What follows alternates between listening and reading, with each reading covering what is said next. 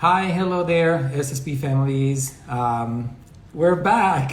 Okay. First of all, I wanted to start by saying thank you for being patient with us. We know it's not the best situation right now in New York City.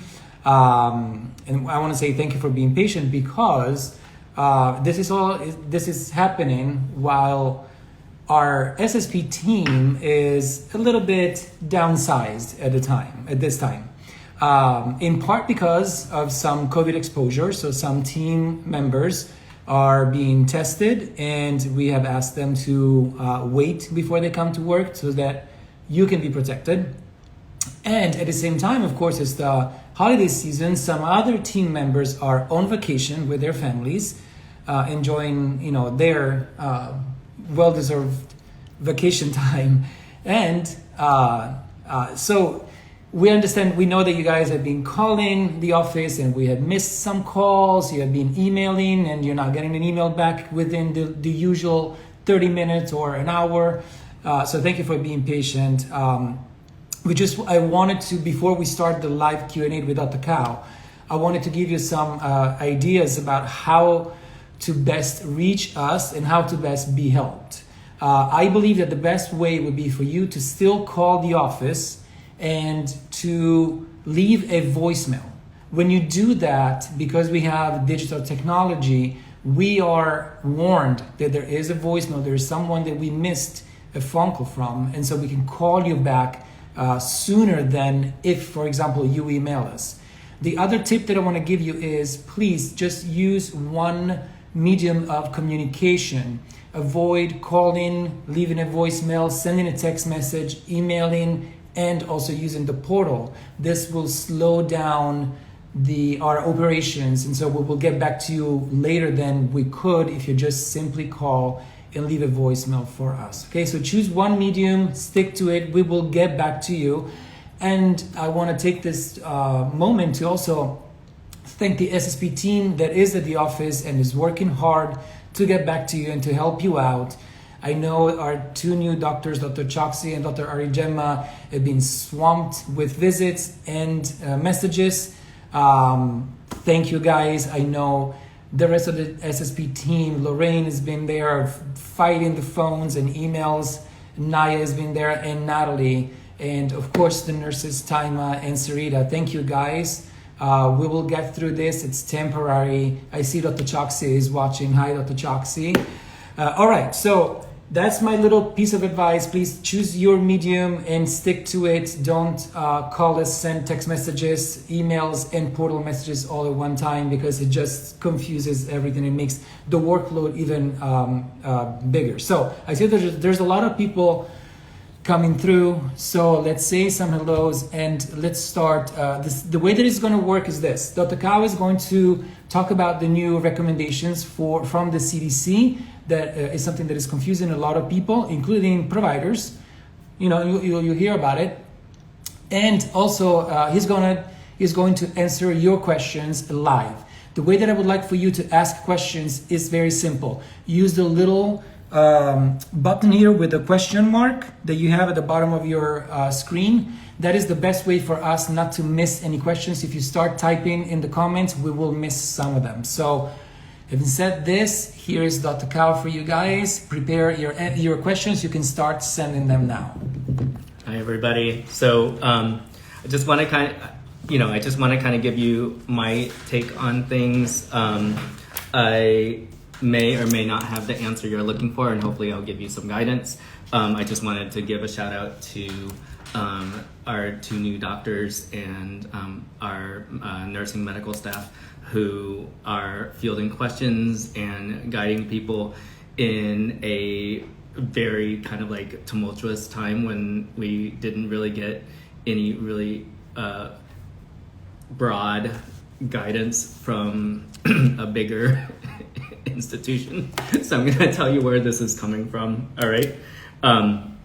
So the CDC committee is a committee of people who they are not a healthcare guideline committee. They are a policy committee. The head and the deputy are both MDs, and then out of the other 9 out of the 11, 2 others are MDs. The others are like, you know, lawyers and doctors and MBAs and masters in public affairs that, you know, which is fine. And, you know, they're getting a lot of flack for making decisions, and a lot of people who feel like they're sus. That's a junior high term, apparently, according to my doctor.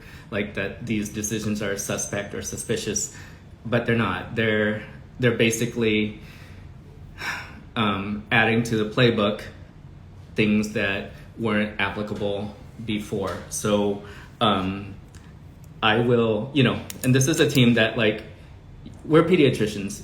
Like if there were 11 pediatricians sitting around the table, we all would have like locked ourselves up in houses for like 3 months and kept masks on and washed our hands and all that stuff, and you'd all be rear facing in your booster seats until you were 18. So I don't know if that's the answer. I mean, that probably would have helped, but not the answer. So the virus is evolving. It's changing the way it affects people and the way it manifests itself.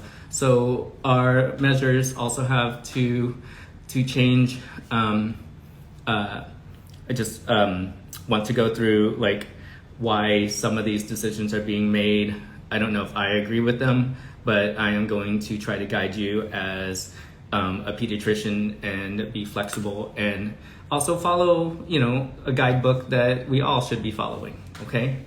So the reason, well, let me just talk to you about where COVID is right now in New York City. It's not fake news.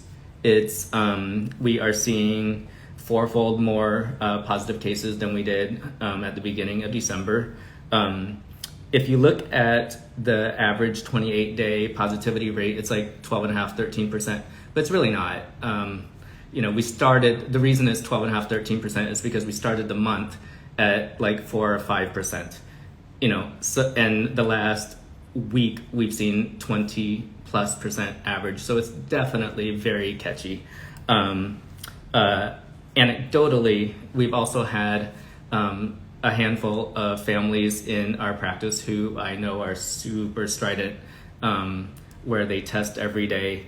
If parents had tested every day at the onset of symptoms and didn't test positive until like day 5 or 6, and then eventually, you know, I just told them to assume that eventually parents would get it too, or their child would get it too if the parents tested positive, and of course it happened. So this is kind of what we kind of anticipate and expect. The other thing I wanted to thank you is that I felt like we were like the Grim Reaper of holiday news the week before our vacation, for me, sorry. And we had to tell people that, no, you can't do that if you test positive. No, if you have symptoms, you can't do that. And I really want to give a shout out to everybody who really listened to us and were responsible and were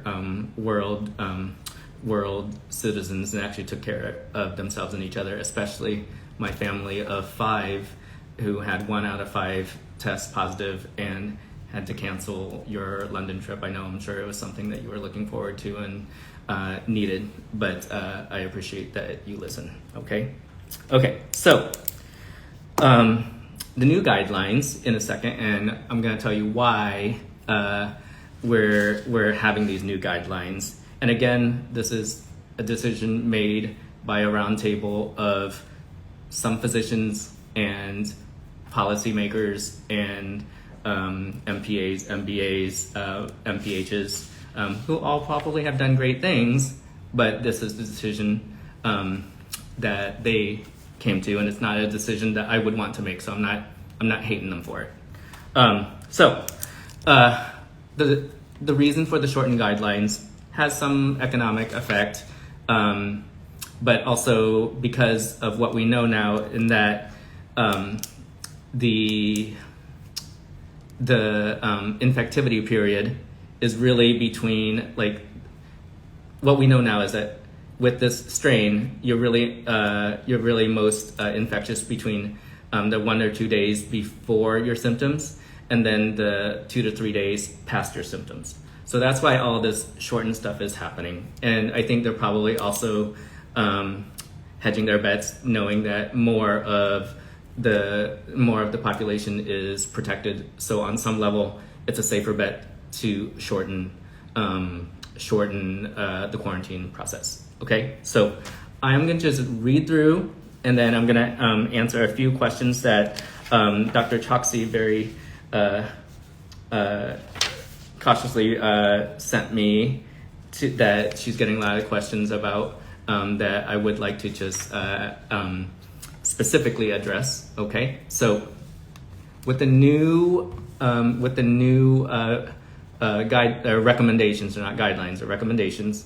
Let's just start with, if you test positive, you need to isolate. That means stay home. So everyone, regardless of vaccination status, needs to stay home for 5 days. If you have no symptoms, or your symptoms are resolving after 5 days, you can leave your house. But then you also need to continue to wear your mask for another 5 days. Okay? And then if you have a fever, even if it is sustained beyond the 5 days, you have to continue to stay home until your fever resolves. That might sound nebulous to some people. You can say, oh, my last fever was at noon, I'm going to go to dinner at 7. I don't agree with that. So if you have, I would, as to be responsible and accountable for your actions, I would go 24 hours fever-free, okay, before you get out in the world. It's what we do for daycare and school, so why it shouldn't not apply to your work environment, okay? All right, the next thing is, if you were exposed to someone with COVID, which means now you have to quarantine, the first segment will be if you were boosted, if you completed the primary series and it hasn't been 6 months and you don't have a booster due, or you completed the J&J vaccine within the last 2 months, then you need to, this is for exposure to somebody with COVID, you need to wear a mask around others for 10 days and then test on day 5, okay? And if you develop symptoms, get a test and stay home. Now, if you completed the primary series over 6 months ago and are not boosted or not vaccinated, or completed the J&J over 2 months ago and were not boosted, this is what you need to do. You need to stay home for 5 days. After that, you need to wear a mask around other people for 5 additional days. And if you can't quarantine, you must wear a mask for 10 days. And then you test on day 5 if possible. Okay, so a lot of these things are nebulous, and there's a few little tweaks in there and specific situations that it doesn't clearly address, and that we'll try to help you address. Okay. Yeah.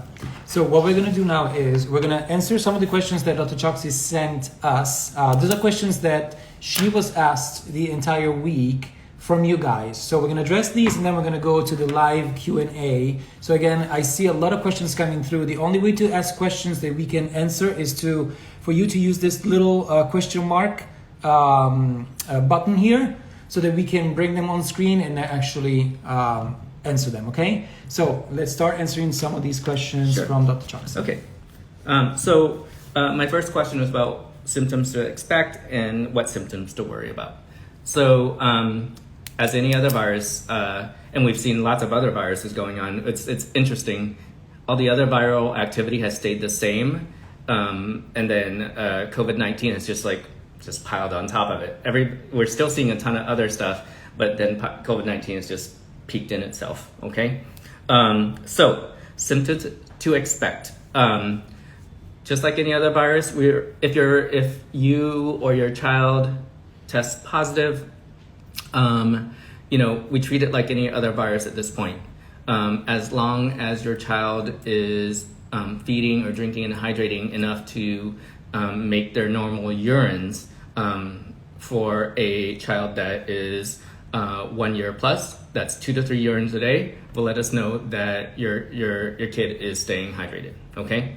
Outside of that, the other thing, so hydration, and then the other thing that I want you to look for is to make sure that you're not seeing the visible signs of trouble breathing. Symptoms-wise, sorry, I have to get back to that. Symptoms can vary the whole gamut of viral stuff. Headache, muscle ache, sore throats, we've been seeing with Omicron. You can get GI symptoms, vomiting, diarrhea, abdominal cramps, cough, runny nose, of course, or not so much runny nose, but cough, congestion. But outside of that, it's just like any other virus, okay? Signs to worry would be like making less urine than they normally do, or visibly working to breathe. And, we've gone over it, I'm sure, with many of you multiple times, but just to reiterate or summarize the 4 signs of visible breathing that we look for. The stomach will go in and out real fast. The muscles in between the ribs will contract with each breath. The Adam's just slightly below it, the Adam's apple area will go in and out with each breath, and the nostrils will flare like a horse. If you see those things, you need to be seen, okay? If they come and they stay, okay? It's not a transient thing where you see for 10 seconds and then it goes back to normal. It doesn't happen that way, okay? And then the signs to worry about would be the trouble breathing, the dehydration, and then a little caveat there would also be like if you see fever that's lasting for more than 5 days, then I'd probably go in to be evaluated. Medications that you can use. At the advent of the pandemic, there was some suspicion that Motrin wasn't a positive and in fact a negative thing. That's not so true anymore. So we're going to use our normal viral medications. Tylenol, Motrin for fever. If you feel like the hydration is lower, you can use Pedialyte. It doesn't fix anything. It replaces our fluids and our electrolytes. And then just making sure that they stay hydrated. If the PO intake is not super great, then chicken noodle soup, matzah is all very good. Okay, so now how long to quarantine after exposure? I think we discussed it, and this does depend on whether or not you are up to date on your immunity. That means you're boosted or you're vaccinated completely within the last 6 months for our population, within the 2 months for the J&J vaccinators. So if you are exposed, you stay home for 5 days for that population. If you can't quarantine, you have to wear a mask for 10 days. And then you test on day 5 if positive, okay? And then if you were not in that group and you are not up to date on your booster, or you are unvaccinated. Wait, no, sorry. See, this is really a mess.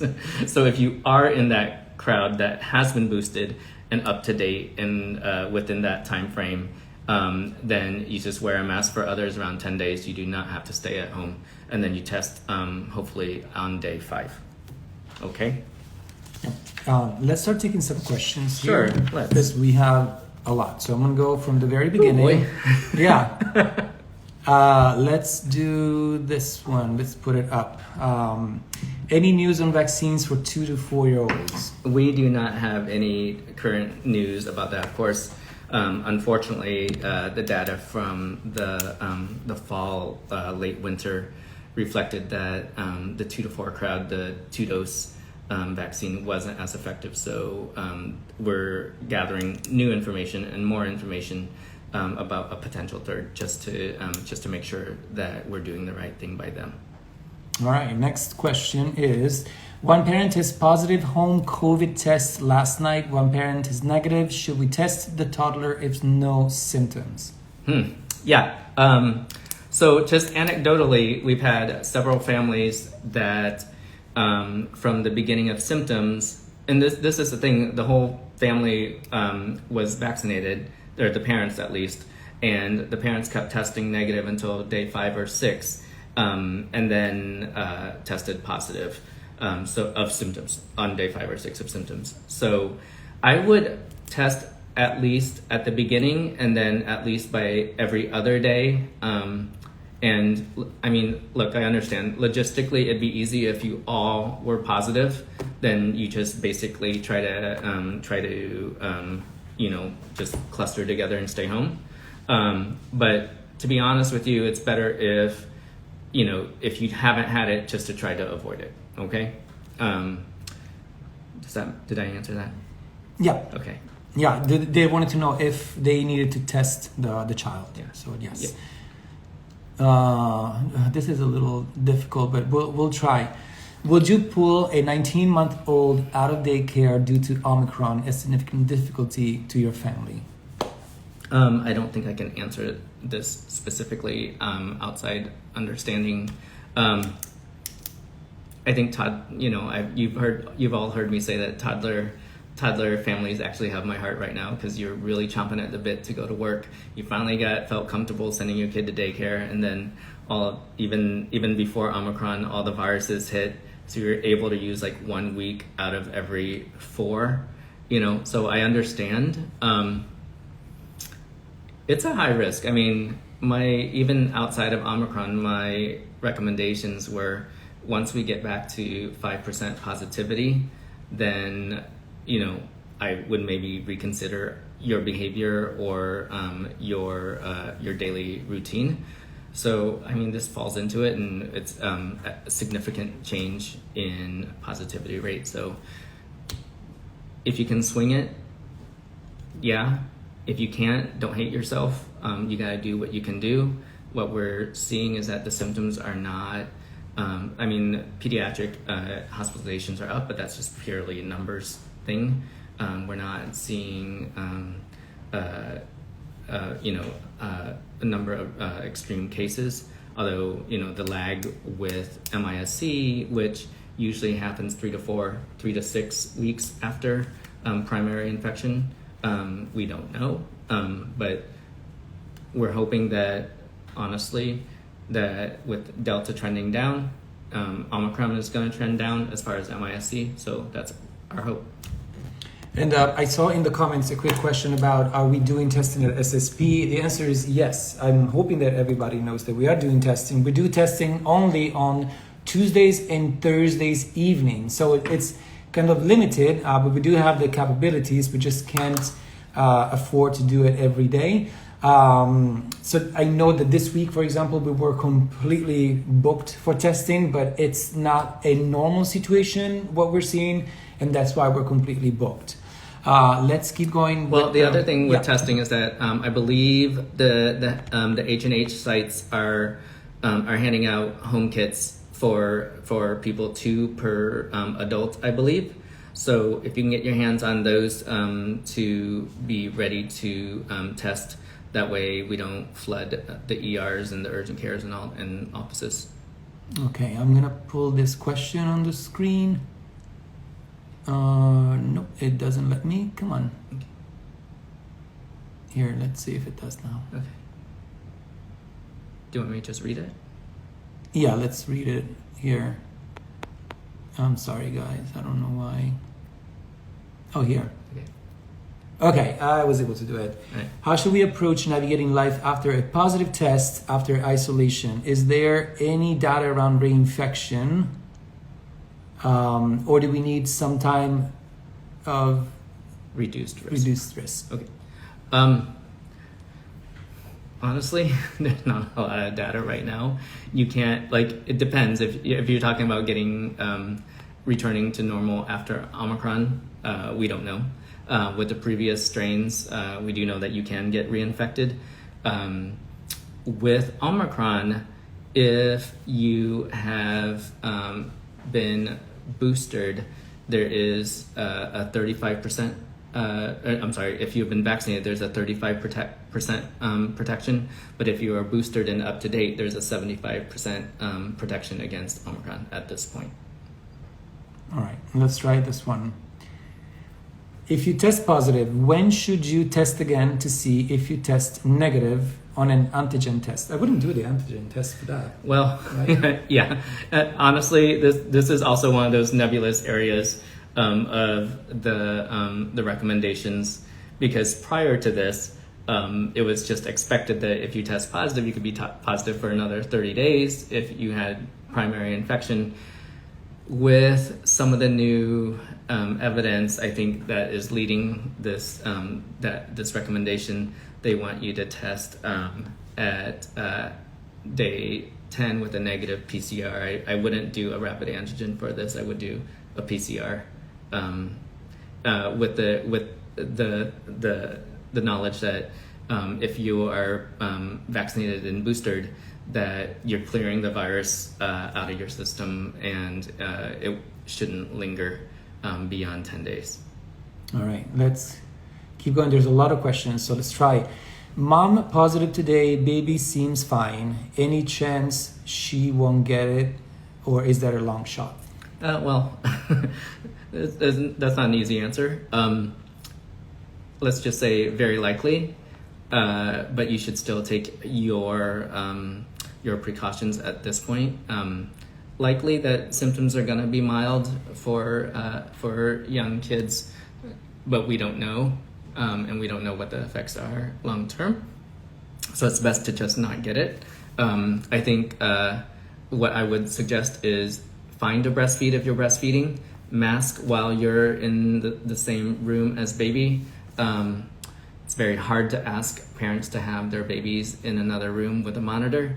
But if your baby's nearing that, I know the AAP says a year, but I know most of us do 6 months. If nearing that 6 months period and can be in another room with a monitor, I highly would suggest that at this point. All right, next question is, what best practices do you recommend if a parent tests positive and is unable to isolate from the rest of the family, especially with infants? I think that kind of overlaps with the last one. True, sorry. But if it's the non-feeding parent, anytime you're in the same room, I would have a mask. Otherwise, I would try to sleep unmasked in another room. All right, next question is, my 7-year-old is 7 days out of her positive test and tested negative today, home test. Can she come out of isolation according to the new guidelines? According to new guidelines, absolutely. And wear a mask for the next 3 days. Right. Okay. They're going to say it test positive. Let's try this one. Sorry, guys. Here we go. I missed the recommendation saying if we test positive, we should PCR test 10 days later. This is one of the new recommendations to PCR, and make sure that you're negative. I don't know how this is going to play into the workforce, into school, because I mean, for the last 18 months, we've been telling people if you're positive, you're going to be positive for potentially 90 days. So this shouldn't play a role into it. Here, if under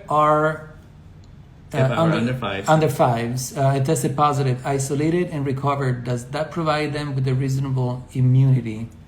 One would think. Yeah. We don't, I mean, it's new, but one would think. Yeah. So the daycare we have answered. If we at this one we have answered already. Okay, let's try this. Thoughts on DOE opening public school January 3rd with increased testing. Do you believe it's safe for an unvaccinated 4-year-old? Well, I mean, it depends on what you mean by safe. Are you going to be completely protected against contracting COVID? I doubt it. Are you going to get sick?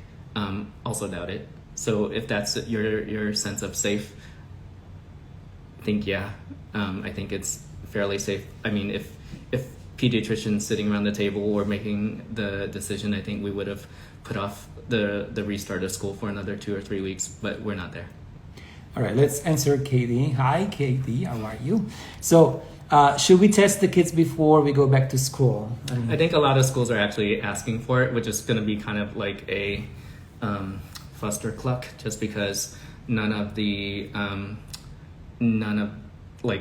we're running short on testing. Yeah. And and doctor's offices availability, can't do like it. even like urgent- physically, we don't have the space in the schedule. Yeah. And all the other And then how do sites you also. prove it and all that stuff? And it's going to fall on us to clear, and it's going to be very difficult. Right. So maybe be prepared to screen your kiddos this weekend before you send them back to school. Yeah. Although the thing is that, honestly, because this is what we see at SSP, the labs are also overwhelmed. So now results are coming in kind of not within the 48 hours that we were used to.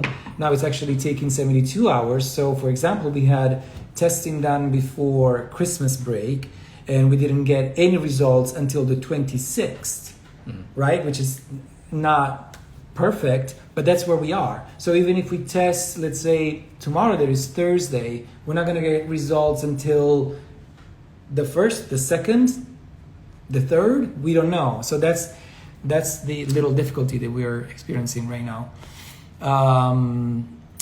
Okay, here we go. Let's talk about masks. If you can't find well-fitting N95 masks, is it just as good to double cloth mask? Hard to find well-fitting N95 for kids. Do what you can. This was actually Mel. I want to say, I don't want to like single you out, but this was a specific question by one of our moms on the South Slope Parents Facebook page. So there is a website, or Twitter, run by, I think his name is Collins. He's the Mask Nerd. So if you just Google that, he will actually, there is he did a very in-depth, his own personal study, but and he's got like a degree on like engineering and aerospace, like, aeronautics and flow mechanics and all that kind of stuff. So his name is the Twitter feed is Mask Nerd. A couple of the other, I reached out to my my online pediatricians forum, and some good recommendations for masks were Happy Mask. Some are reusable, but if you go by the Mask Nerd, after 1 or 2 uses, the efficacy really drops. Dr. Puri masks were also favored, Puri. Flow Mask, Zoom Labs with an S, SOOMLABS. Wovanx, WOVENX, also got a really good rating from my other pediatricians. Hope that helps. We'll take one more questions about testing positive. Here is the situation. Boosted dad tested positive on a PCR. Day 6 tested negative on 2 PCR. Can he unmask at home around kids? I think if we read the recommendation, that is a no. Yeah. I think if you test positive at some point, you still need to do the complete 10 and finish Masked. the last 5 days masked. Yeah. I'm sorry. Yeah. That probably was not what you wanted to hear. Right. Sorry about that. I was reading the comments quickly, and I see that CareCube has results within 12 hours, but it's expensive even with insurance. Yeah, they got in the business at the right time, these guys. Let's answer this one. I can answer this. Does SSP offer the saliva PCR test? We don't have that capability. I'm so sorry, guys, but we know that Nurse Simon and Nurse Sarita do a very good job at swabbing the kids without too much complaint, right? Yeah. Okay, we're gonna answer a couple more questions. If you guys have any more questions, put them in right now. I'm gonna scroll through and then we'll be done. Let's see. Let's go down. I saw this one. Here.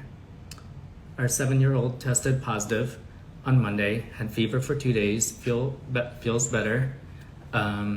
Are we out of the woods? Likely. I mean, it's acting like other viruses at this point. That, I mean, on some level, that's kind of like the goal, is that it becomes endemic and becomes the, like our flu. So if the fevers are subsiding, and things are improving, we're not really seeing, at the beginning in March 2020, we were telling people watch for day 7, day 8. That's when that whole storm, your immunity response storm comes, and that's where the really strong symptoms start. I don't think that that's where we are right now with this strain, but you do have to watch that 3 to 6 week lag for the MISC, although suspicions are that and expectations are that it's going to be much less than it was with the original strain. No.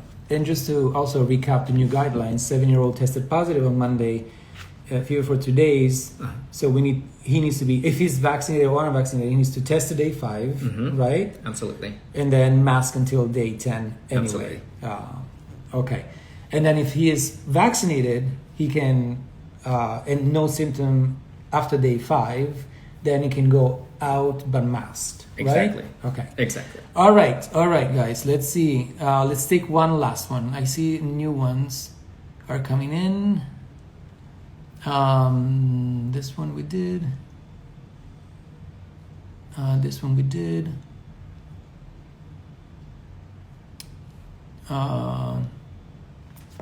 Here, why don't we try this? Because I think this is a question that might, do we test for just the runny nose? Yeah, at this point, I think that's a fair question. We're still seeing, like, the months leading up to December, we're seeing lots of enterovirus, rhinovirus, RSV, adenovirus, human pneumovirus. So all those things are still active in the same at the same level. It's just COVID is just stacked on top of it. It's not like COVID took over and all these things subsided, like we had seen before when people were isolating and practicing social distancing. So I think it's valuable to get tested. That way, because the new guidelines do depend on date of test, as far as testing positive if you're asymptomatic or mildly symptomatic, it might be worthwhile to go get tested even on day 1. All right. This one will take, because this is the nebulous thing. What does resolving symptoms mean? What if my son is positive but never had a fever? Well, I mean, the symptoms, if you're positive and you had sore throat or headache or body ache or any kind of GI stuff, vomiting or diarrhea, or congestion or runny nose, you do have to count those things. I mean, we're parents too, and toddlers are just chronically congested and runny nose most of the winter outside of a pandemic, and even this year, the second winter of a pandemic. So that's a very difficult question to answer. But if you have any of those symptoms, I think you need to, if you want to be a responsible person, I think you need to just count it as symptomatic. All right, and then the last question that we're going to answer is, if I'm breastfeeding and I'm positive, can I keep breastfeeding? Yes, I would recommend masking, hand washing very well, and then not sleeping in the same room. I think we covered it earlier, but I'm glad it was a question because it does come up fairly frequently. All right, guys, we are in minute 38 of this live. I think we have answered a lot of questions. Thank you again for your patience. As a reminder, our team